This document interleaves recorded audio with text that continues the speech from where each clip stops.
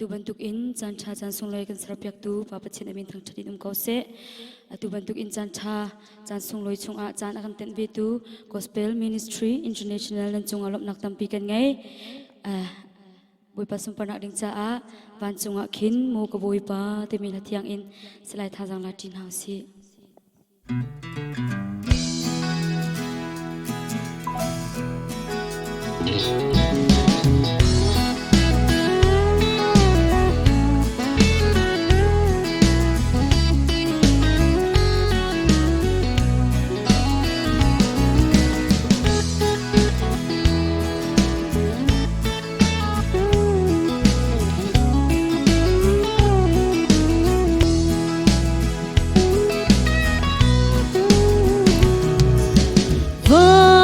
chung akin mo ka boi pa nang ma lei in ho da ka ngai nang ma kan ngai chang lua hin chun lei a zai da ka her ti ka ruanak le ka tha jang na chu zor chukin ba ton câu vẫn sẽ cả tha giang trôi nát lệ cả tay na cả bôi qua nắng má lòng si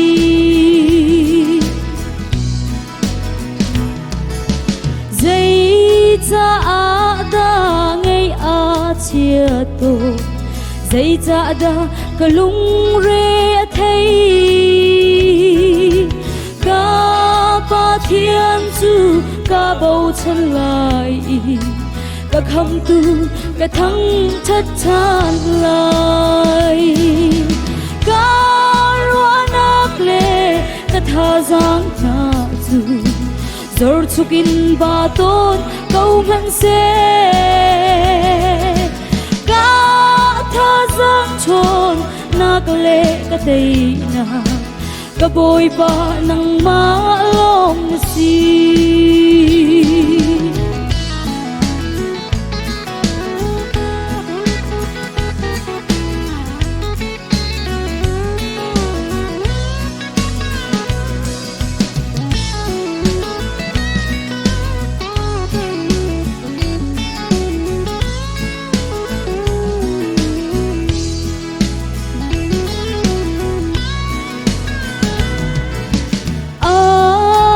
tu pen tu ka lung pi le ka ral suang tha bi asi a fek mi le ka him nak asi har nak chana kan i dor na ka ruanak le ka tha jang na chu zor chukin ba ton câu vẫn sẽ cả tha giang trôi nát lệ cả tay na cả bôi pa nang ma long si cả ruan nát lệ cả tha giang na chu zor chukin ba ton câu vẫn sẽ cả tha giang trôi nát lệ ka tay na ka boi pa nang ma long si ka boi pa nang ma long si